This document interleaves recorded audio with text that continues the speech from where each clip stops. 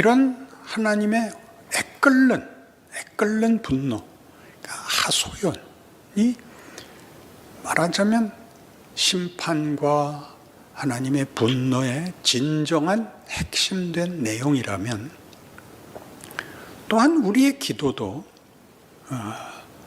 성경에 나오는 기도들도 하나님을 향하여 성도들이 잘잘못을 논하는 것 이상으로 하나님이 그의 백성을 향하여 분노하시는 것이 하소연인 것 같이, 성도들의 기도도 다만 머리를 조아리고 회개하고 하는 정도가 아니라 훨씬 담대한 양상을 띱니다. 시편 6편을 보겠습니다.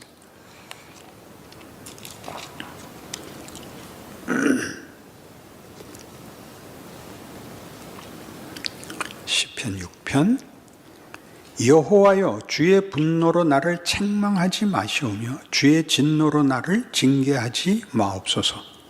여호와여, 내가 수척하였사오니 내게 은혜를 베푸소서. 여호와여, 나의 뼈가 떨리오니 나를 고치소서.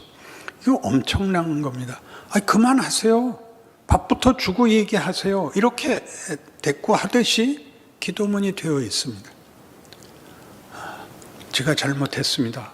정말 그랬군요. 이런 말이 아니라 분노로 책망하지 마시고 진노로 징계하지 마십시오. 나 견딜 수가 없습니다. 내가 죽게 됐는데 왜 자꾸 와서 화만 내십니까? 이런 식으로 기도가 되어 있어요. 좀 더 볼까요? 나의 영혼도 매우 떨리나이다. 여호와여, 어느 때까지니까? 이제 그만하세요. 그런 말도 안 되는 기도를 해요. 여호와여, 돌아와 나의 영혼을 건지시며 주의 사랑으로 나를 구원하소서. 사망 중에서는 주를 기억하는 일이 없사오니 스올에서 주께 감사할 자 누구리이까? 어디까지 반박을 하냐 하면, 그렇게 계속 꾸중만 하고 계시고 아무것도 도와주시지 않으면, 나 죽어버리면 하나님은 누가 찬송해요? 하나님이 하나님인 줄 누가 알아줘요? 그렇게 돼 있어요. 살려놓고 얘기하셔야 될 거 아니에요. 이런 기도가 있다는 것 상상하는 것만으로도 죄인 것 같아요. 그죠? 하나님이 화를 내는 건 정당하죠. 우리는 하나님은 옳고 우리는 늘 우리가 그러니까 일이 생기면 하나님은 꾸중을 하고 우리는 회개를 하고 무릎을 꿇어야 한다고 생각하는데, 뜻밖의 하나님이 화를 내실 때도 다만 아까도 얘기한 것 같이 사법적 선언이 아니라 이런 어떤 마음에 더 깊은, 말하자면 애정과 놓을 수 없는 우리를 향한 그의 사랑이 하소연으로 쏟아져 나오는 것 같이, 이 고난을 받는 백성들이 제가 잘못했습니다, 제가 잘못했습니다, 이렇게 기도가 나오는 것 이상으로 하나님 우선 살려놓고 얘기하시죠. 이건 제가 견딜 수가 없습니다. 그리고 늘 화만 내십니까? 이런 식의 반문이 나온다는 것은 우리를 놀라게 합니다. 예레미야를 읽는다 그러면 이제 유다는 망하게 되었고 하나님이 화를 내셨고 이제는 너희는 바벨론에 팔려가고 너희는 회개해야 되고 너희는 몹쓸 놈들이다, 이렇게 이분법적으로 잘잘못으로 딱 치고 들어오지 않고 그들의 잡혀감을 안타까워하고, 그러게 내가 뭐라 그랬느냐, 진작 말을 좀 듣지, 이렇게 됐단 말이에요. 그렇다면 쉽게 이스라엘 역사에는 유명한 사건이 있었잖아요. 히스기야 때 랍사게가 산헤립이 랍사게를 보내서 예루살렘을 포위했을 때, 그때 거의 멸망 직전에서 이사야를 보내서 걱정 말아라 하시더니 밤중에 하늘 천사들이 내려와서 18만 명을 쳐버려서 그들이 전멸하고 산헤립이 도망가서 자기 신전에 숨었다가 부하들 손에 죽죠. 그러니까 이스라엘 역사에는 이런 기적들이 늘 있고 하나님이 언제나 편을 드는 나라인데, 뭘 새삼스럽게 잘못했으면 와서 꾸중하시고 회개하라 그러고 밖에 대적들은 쓸어버리고 재앙을 거두시고, 이렇게 쉽게 가는 길을 하나님이 외면하시고 그들을 바벨론에 팔고 성전이 회파되고 하나님이 말하자면 우시고 안타까워하시고 이스라엘 백성을 붙잡고 막 통곡하시는 그런 역사를 만들고, 이스라엘 백성들은 여기까지 오자 하나님이 이제 버렸구나, 우리도 뭐 하고 싶은 말 다 한다, 더 이상 잃을 게 뭐가 있냐 하는 막다른 골목의 선자같이 막 쏟아내는, 여호와여 주의 분노로 나를 책망하지 마시고 진노로 나를 경계하지 마십시오. 저 남은 거 없습니다. 살려주십시오. 좋게 얘기해 주십시오. 어쩌란 말입니까? 내가 죽어버리면 어떡할 겁니까? 이렇게 하나님이 하나님이려면 우리가 꼭 있어야 되는 존재고, 그리고 우리라는 존재는 하나님이 우리에게 심판을 내릴 수 있는 것 같이 우리가 항의를 할 수 있다고 성경은 증언하고 있습니다. 우리로서는 이해가 안 가는 거죠. 이 항의는 매우 놀라워서 6절, 내가 탄식함으로 피곤하여 밤마다 눈물로 내 침상을 띄우며 내 요를 적시나이다. 내 눈이 근심으로 말미암아 쇠하며 내 모든 대적으로 말미암아 어두워졌나이다. 이런 것이 다 회개로만 읽히고 있는데, 회개로만 읽히는 게 아니라 곤비한 처지, 힘든 자리, 견딜 수 없는 고난을 비명같이 지르는 것이 말하자면 기도라고. 회개합니다, 잘못했습니다가 기도일 뿐만 아니라 나는 못 견디겠습니다, 죽일래면 죽이십시오, 이렇게 나가는 것도 기도라고 얘기를 하고 있습니다. 그러니 놀라운 것이 하나님이 선지자를 보내요. 너희는 이제 망했다, 너희는 벌을 받았다, 너희는 바벨론의 포로로 잡혀가라 하실 수 있는 것 같이 우리는 하나님 난 못 살겠습니다, 이렇게는 난 못합니다 라는 저항이, 반발이 가능하다고 얘기를 하고 있습니다.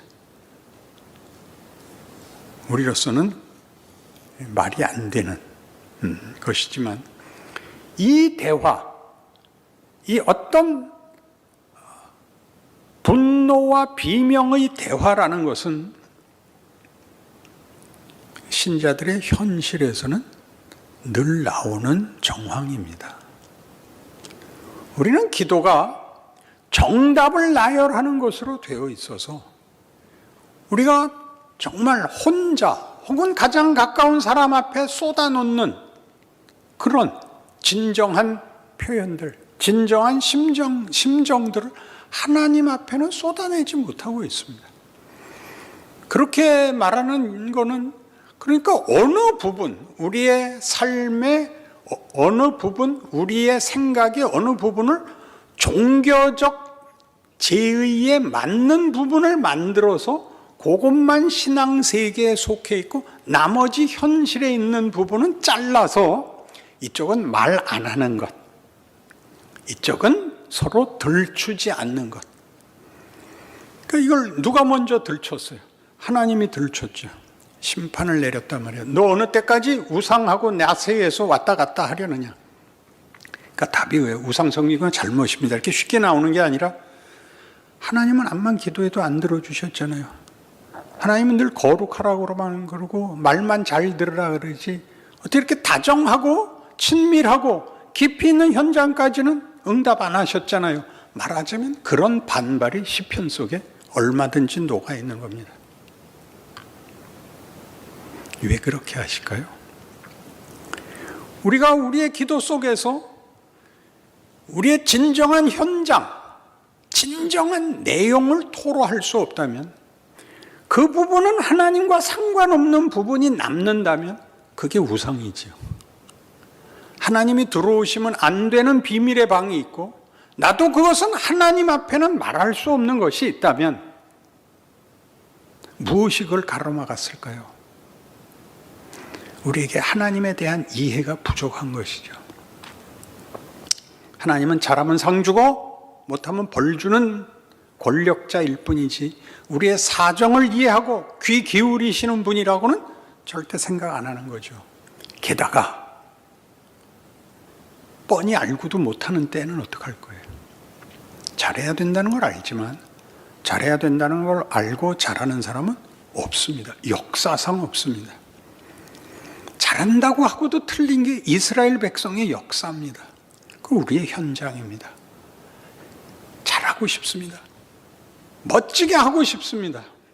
그런데 하나님이 우리에게 멋지게 잘못할 수 없는 조건 속에 우리를 보호 속에 두지 않고 우리 마음대로 최악의 일을 할 수 있는 유혹과 시험과 우리 실력으로 이길 수 없는 경제에다 우리를 집어 던져 넣어놓고 있죠. 안 그런가요? 우리의 소원은 밤낮 내가 죄를 짓지 않고 죄의 유혹과 시험과 생각이 필요 없는 경지에 가기를 바라는 거죠. 내가 못하면 하나님이라도 그렇게 해줘야 되는데 지금 우리 예레미야에서 보는 것 같이 우리 현실에서 보는 것 같이 하나님이 답도 안 하시고 우리가 해결할 수 없는 데다가 우리를 몰아넣습니다. 할 수 있는 게 뭐라고요? 비명입니다.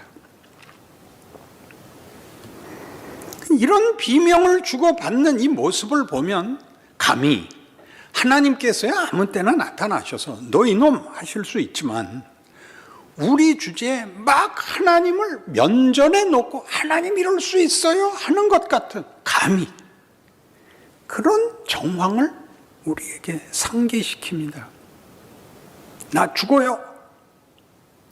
하나님 이러시기에요. 어쩌라고요?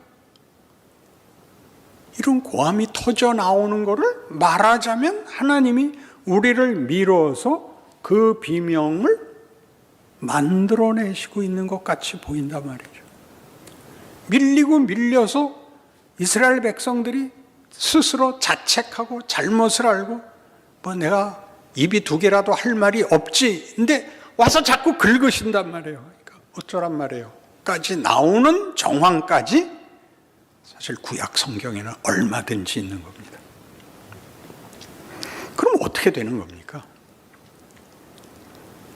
우리가 어떻게 잘함으로써 만족한 결과를 얻어내는 식의 방법으로 하나님이 당신의 백성들을 기르거나 그 인생을 채우지 않고 이런 하나님이 쫓아다니면서 뭐라 그러고 그 꾸중을 인정하지만 그걸 이길 수 없었던 우리의 현장 속에서 각 개인의 실전이 터뜨리는 비명으로 대화를 나누어 그래서 어디로 끌고 가느냐 하면 하나님이 우리의 하나님이신 것에 대하여 우리를 그의 백성으로 운명과 정체성을 붙잡은 것을 이기기 위하여 하나님이 더 나가십니다. 새 언약으로 끌고 가죠. 이제껏 했던 방법보다 더한 것들, 더 큰 차원으로 우리를 더 끌고 들어가고 우리를 채우시는 더 큰 창조가 계속되고 약속이 더 커지는 대로 우리를 끌고 갑니다. 그리고 마침내 그 아들까지 옵니다. 이게 성경이 우리에게 가르치는 겁니다. 우리는 늘 예수를 믿고 있지만 예수가 왜 왔는지를 모릅니다. 모든 역사가 실패해서 오는 건데 그 실패를 만회하러 오지 않고 그 실패 때문에 예수까지 온 이렇게 하나님 하시는 일이 이렇게 점점 진전되고 있다고. 그 인류 역사도 인류라는 존재와 가치도 그런 시행착오 속에서 계속 깊어지고 커지고 있다고 그렇게 얘기하고 있죠. 그러니까 단방에 초시간적으로 모든 정황이 무시된 상황에서 잘잘못을 구별하는 기독교 신앙에서 벗어나야 됩니다.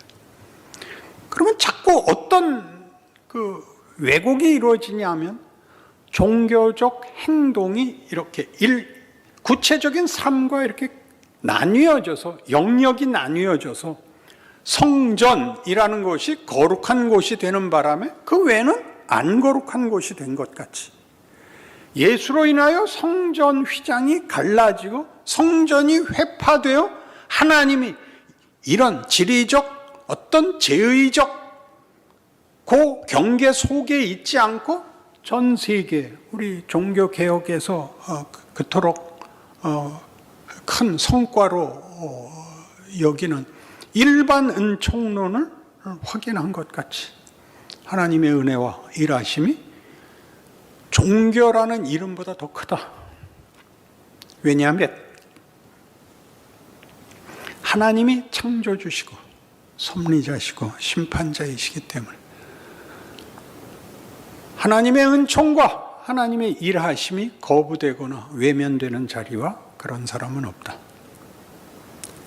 역사를, 현실을 하나님이 일하시고 우리에게 도전하시고 우리의 반응을 요구하시고 다만 서로 세상에서 답이 없기 때문에 나누는 증오심, 보복이 아니라 더 가자는 도전으로 그래서 더 큰 약속으로 우리를 불러내고 있다는 사실에 우리가 놀라야 됩니다.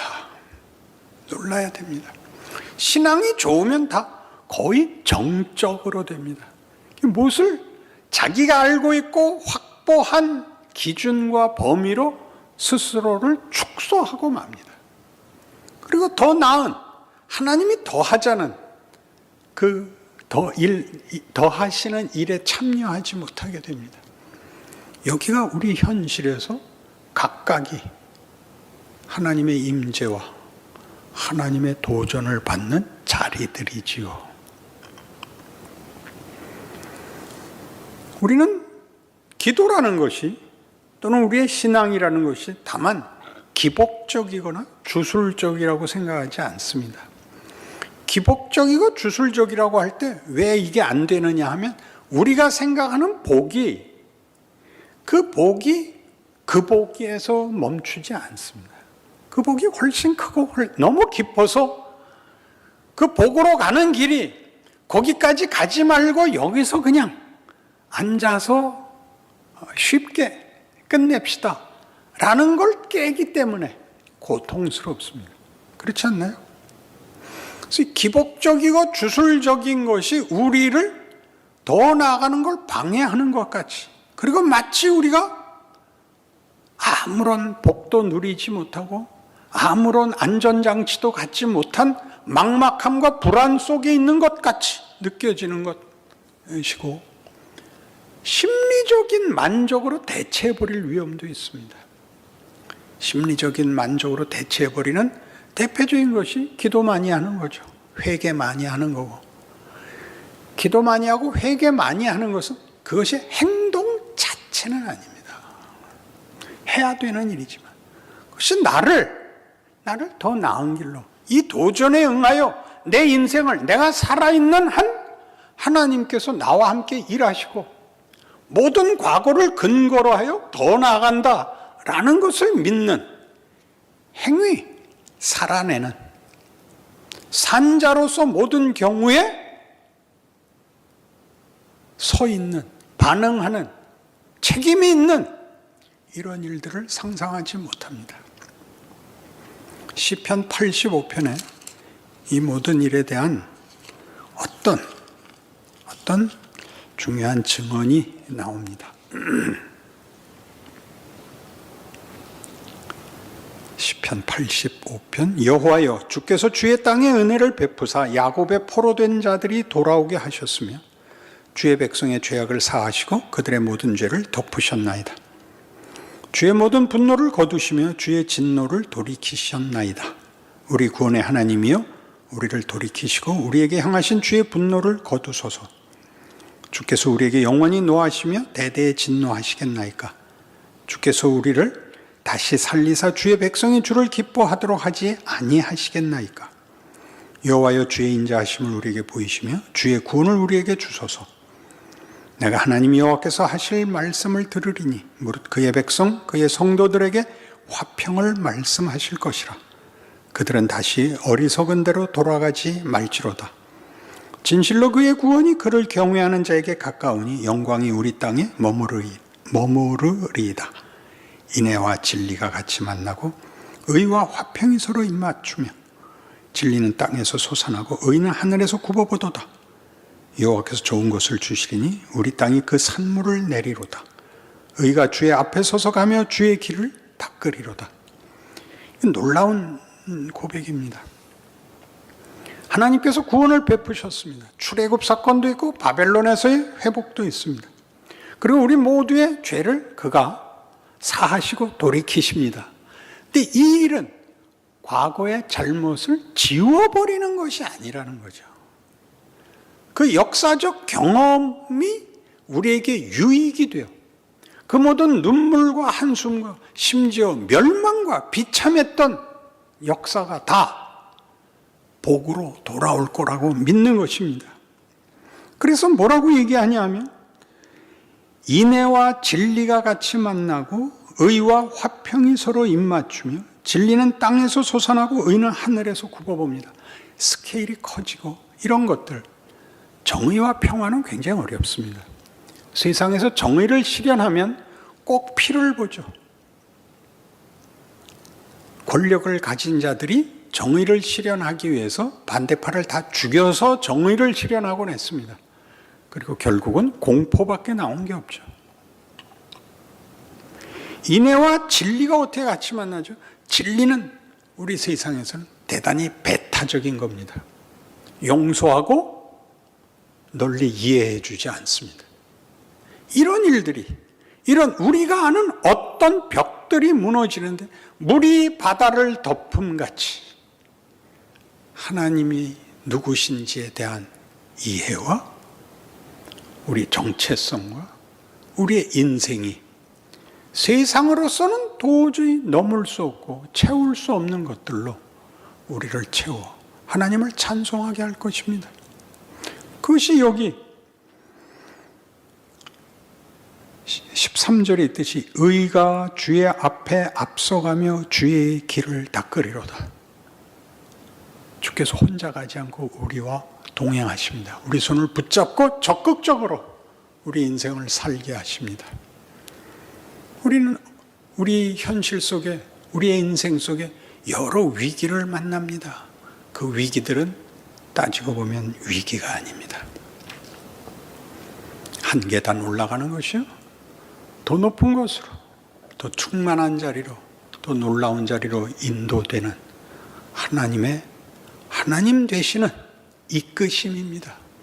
우리의 불안과 우리의 걱정들은 따지고 보면 우리가 아는 안심 속에 숨어들겠다는 그런 어린아이의 비명입니다. 하나님이 그걸 놓아두시지 않고 당신의 뜻을 이루신다는 것이 예수를 믿는 자들이 자기 인생과 현실을 이해하는 방법이요, 모든 위기에서도 넉넉한 마음을 유지하고 헤쳐나가는 인내가 되는 하나님의 하나님 되심에 대한 믿음일 것입니다. 그 믿음이 우리와 우리 시대와 우리 후손들에게 넉넉할 것을 믿습니다.